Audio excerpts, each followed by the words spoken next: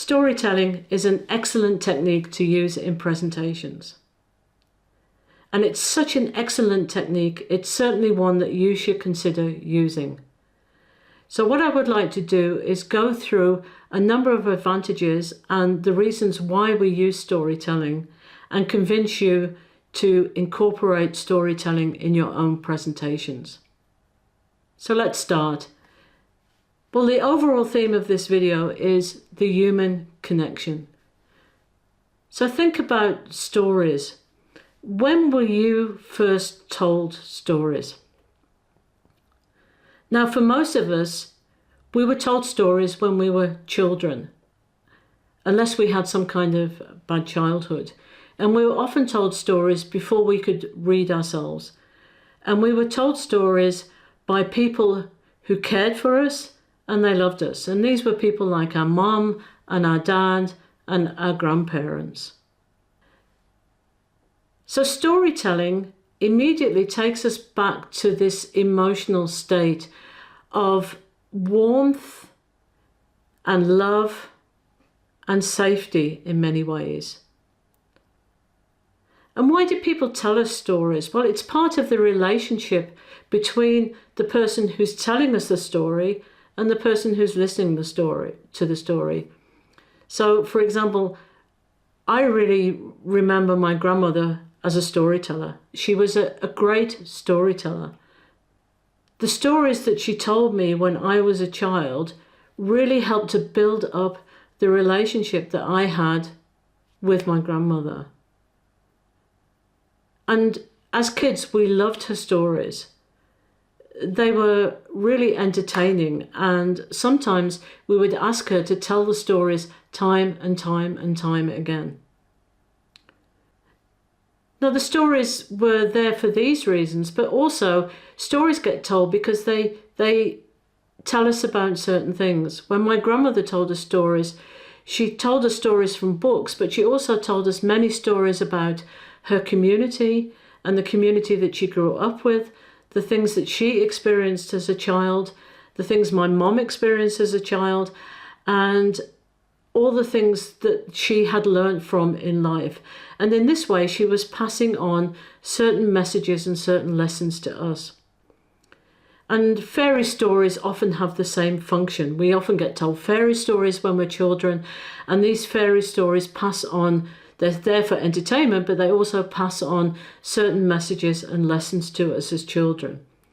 So storytelling is a great way of passing on these messages. So storytelling is a great vehicle. They also take us back as well to many times a place where we feel these very positive emotions, places, feelings like warmth and comfort and love and safety. And for example, if I talk about my grandmother again, I often think about my grandmother telling us stories. And immediately when I think about this, it makes me kind of emotional, but it takes me back to my grandmother's little back room where she was telling us these stories, and I can see the room. I can smell the hot dogs that she used to cook us when we were children, and we loved them. And I can hear my grandfather pottering away in the garden at all the jobs that he always seemed to be doing. So stories have this enormous power to take us back to a time and a place. So when we're presenting is all about, in many ways, it's about relationship. It's not just about giving information. And sometimes when you read the literature about presentations, they talk a lot about conveying information and about the hard facts of presenting. But one of the things that is often forgotten about or is not tackled in enough detail, I feel, is this relationship between the person who's presenting and the person who's listening, or the people who are listening to the presentation. And if the presenter builds a relationship between himself or herself and the people who are listening, it'll be much easier for the presenter to convey the information that he or she wants to present. If you're perceived as a person who's likable, relatable, and empathetic, then people are going to be much more in a position to take in your stories. Building this bridge between the gap between the presenter and the listeners. And one of the ways that you can really build this gap is with good storytelling. Another aspect as well of building this gap is also about the level of information that you're presenting. Now, many presentations, for example, they have a lot of facts, and maybe they have to have a lot of facts. They have a lot of statistics. Maybe they have a lot of technical information, or maybe the level of information is quite difficult for the listeners to take in. And one of the ways that listeners can relate to this information or even understand this information in a much better way is when it's connected or it's incorporated in a story. I certainly, as a listener, find this. Now, when we come back to this aspect of empathy, one of the things that often happens in a story is that there is a moment in the story where something changes. There's a moment of dramatic tension.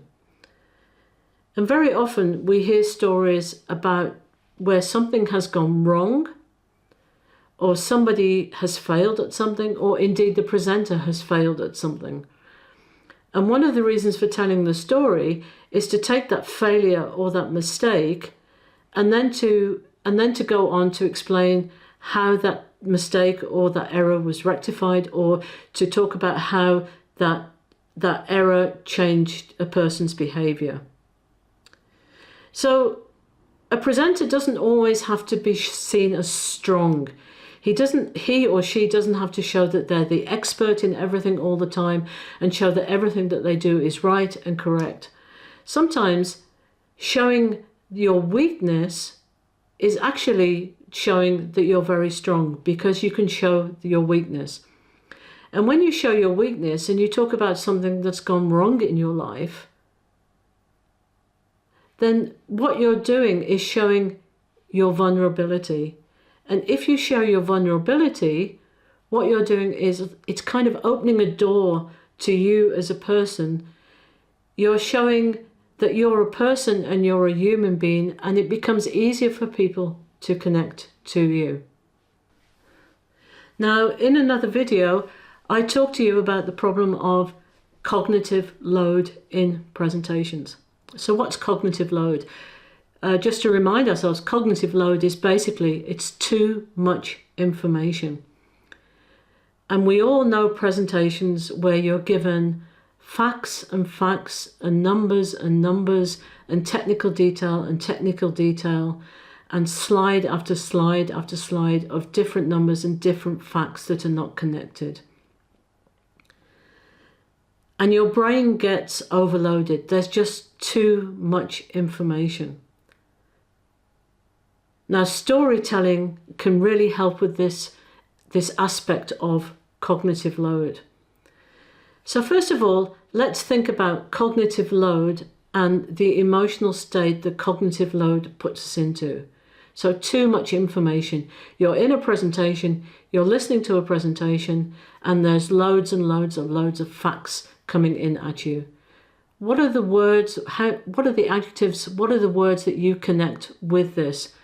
And when we think about this, what we come up with very often are negative words. So let's look at some of these words. We're stressed. We're distracted. Because we're distracted and we begin to think about other things, we begin to feel guilty because we're not listening to the presenter, or we're finding it difficult to listen to the presenter. We feel tired, exhausted. We feel very tense, overloaded, confused, frustrated, overstretched, unfocused, bored. If we come onto the aspect of storytelling and we think about listening to somebody and they tell us a good story, then the emotional words, the adjectives that we come up with are very different, and they're much more positive. You're interested, at home, we're cared for, we feel joy, love, safe, secure, comfortable, because we're understanding the information and we're just taken into the story. We feel identity with the presenter. I'll come on to this in a later point, but we begin to identify with the presenter. We feel engaged.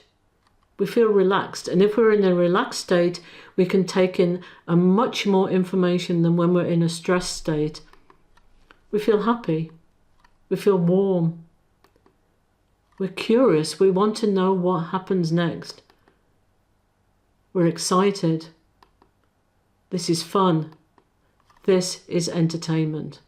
So let's come back to the listener and think about all these reasons why the listener engages with stories. Well, the thing with stories is they have a structure to themselves. And when we have structure, it's much easier to follow structure. So when you have a story has a beginning, and by its very nature, it has a middle and it has an end. And very often, as I mentioned before, there's a turning point in the story. There's some kind of tension that's built up, and we get engaged with this tension, and we come to the turning point, and then something changes in the story, or somebody learns something from that tension. And we want to know the outcomes, and we listen through to the end of the story because we want to know these outcomes and the results of the story. And this is much easier than listening to 100 slides with different unconnected facts. There's a kind of flow to the story, and when we're in this flow, then we engage with the flow. Sometimes information can be much more meaningful when it's put in the context of a story. If I've got a very technical product or something, and I tell a story about this product that is engaging, then I can make this technical detail much more meaningful to the people I'm presenting to. When people tell stories, then I learn something about the presenter. Maybe I learn something personal about the presenter, maybe I learn something about their working life, but I certainly get to know them better as a person. And if I know the presenter better as a person, then I can engage with that person much more successfully. And if I engage with that person much more successfully, then I'm going to identify with the person much more successfully. When people tell us a story, what we begin to do with the story is begin to relate the story to our own experience. And we create our own little pictures in our head, and we see our own experiences connected to the experiences of the presenter. And we're creating this sense of engagement and identity with the presenter. In another video, we talked about listening and the steps of listening. And it's very important in listening, first of all, to get attention and to get people to understand your information, which, as we've just seen, is much easier in a story.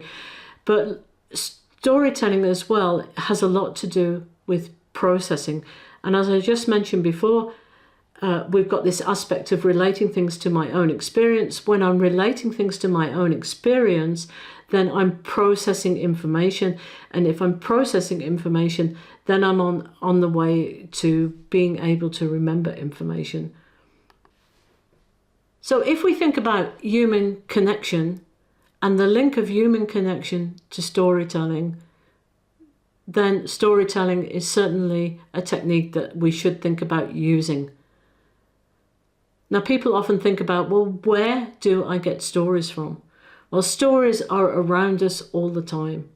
We read books, we watch videos, we watch TV, we listen to the radio, we go to the cafe with our friends, and our friends tell us stories about people that they know and about their own lives.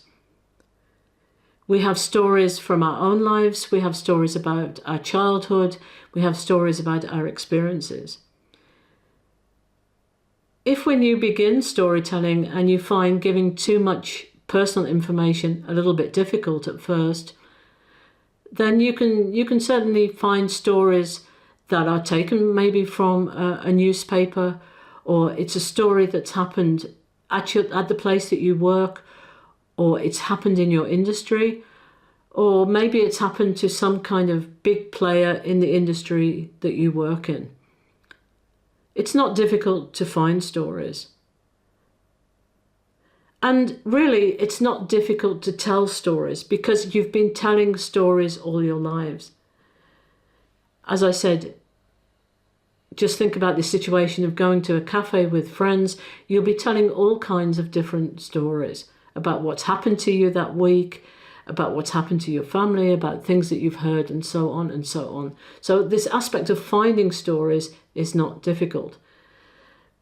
Now, if we use storytelling in presentations, one of the things, and this is true of any technique that you use, is to keep it relevant. It's no good telling a story and people get to the end of the story and they go, well, that's very nice, and she seems like a really nice person, but I really don't know what that was about.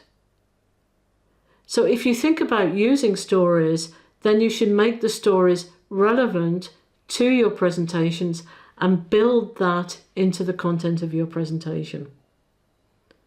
And one of the ways that we often use stories is right at the beginning of the presentation, because I can link a story and engage my listeners from the very moment I start the presentation by linking a story to the why of the presentation. And the why is the reason I'm giving the presentation, and I can use that story, and that can take me right the way through to the end of my presentation and the take-home message that I want to give. And if you're keeping it relevant, then keep it not too long, and maybe not too short, but certainly not too long. If you're in a situation where you're giving a presentation for a conference or a meeting or for an exam situation, you will probably have a time limit on your presentation anyway. Make sure that your stories are long enough, but not too long, and they keep to the point and there's not too much detail in the stories. If we think about the why of presentations, there is some evidence that the beginning of a presentation shouldn't really go much over 3 minutes. So a story needs to be told so that you can get into the why of your presentation and do the conventions of starting a presentation and incorporate that story. And be engaging enough in that time to show the why of the presentation. Introduce your stories. There are certain phrases that you can use for stories, and immediately they'll grab the attention of people listening. These can be things like, as with fairy stories, like once upon a time, or it can be as simple as, I'm going to tell you a story. Immediately, these kind of phrases and these kind of introductions will begin to put people into a much more relaxed state and into a state where they're much more willing to listen to you. There are other words that are also really powerful when you're storytelling. For example, the word imagine. Imagine is really powerful because imagine invites people to begin to create new worlds, to think about their own experiences, to create new pictures, maybe even take them into whole new universes and worlds that they haven't experienced before by using this simple word imagine. And that's very powerful. And when you think about things like imagine, then telling a story is much more effective if you use this with visual information. So if you're using presentation slides, then using pictures with your stories can help to expand your story and again to create new worlds and new pictures in people's heads. This is much more effective than putting lots of words and a lot of facts onto your presentation slides. And another thing that you can do in storytelling, and again this can make it much more powerful and even more memorable, is by combining your storytelling with other techniques that you've learned. So for example, you can use metaphors in your stories, these striking metaphors that stay in people's heads. You can use repetition, you can use things like the rule of 3 in your stories. Storytelling is in our human DNA. As human beings, we've always told each other stories. If we think again back to my grandmother, well, our grandmother told us stories in order to entertain us, to build up the relationship, but also to tell us about things that were important to us, or things that she thought were important to us going forward in our lives, or about things that she'd learned and that she thought that we could also learn from. And human beings have always done this, and they've done this and connected to each other.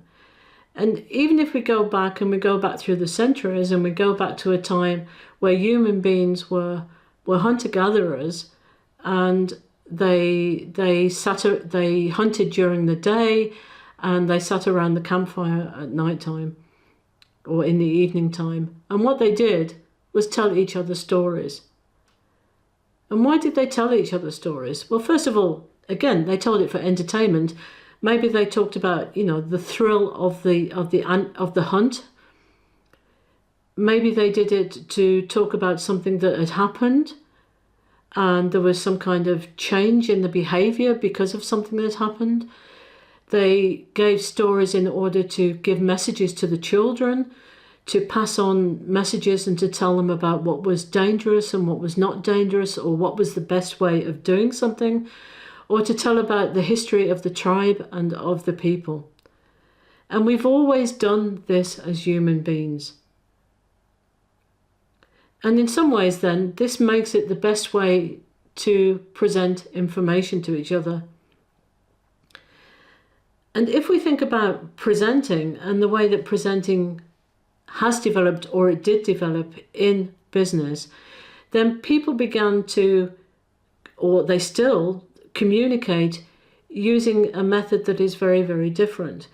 And when you think about this method of presenting, where there is just slide after slide after slide with facts and data and statistics, and there are a lot of unconnected facts, and there is no flow to the information, well, this is quite a linear way of communicating information.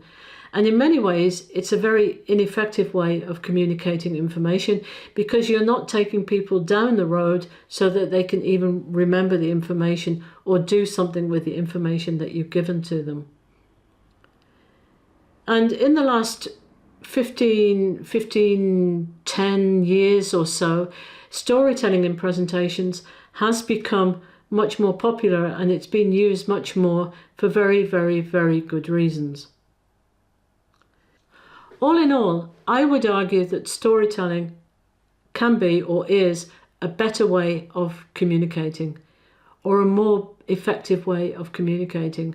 And maybe that fits with certain things that we want to communicate.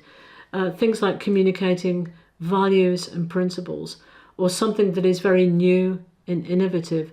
Or maybe we want to plant ideas, or the seeds of ideas, subconsciously, so that we can take people along the road to certain kinds of action. Maybe that's better for inspiring, motivating, convincing, persuading, or even selling to people. Storytelling really gives much greater room for emotion, and if we have emotion, then we connect with people.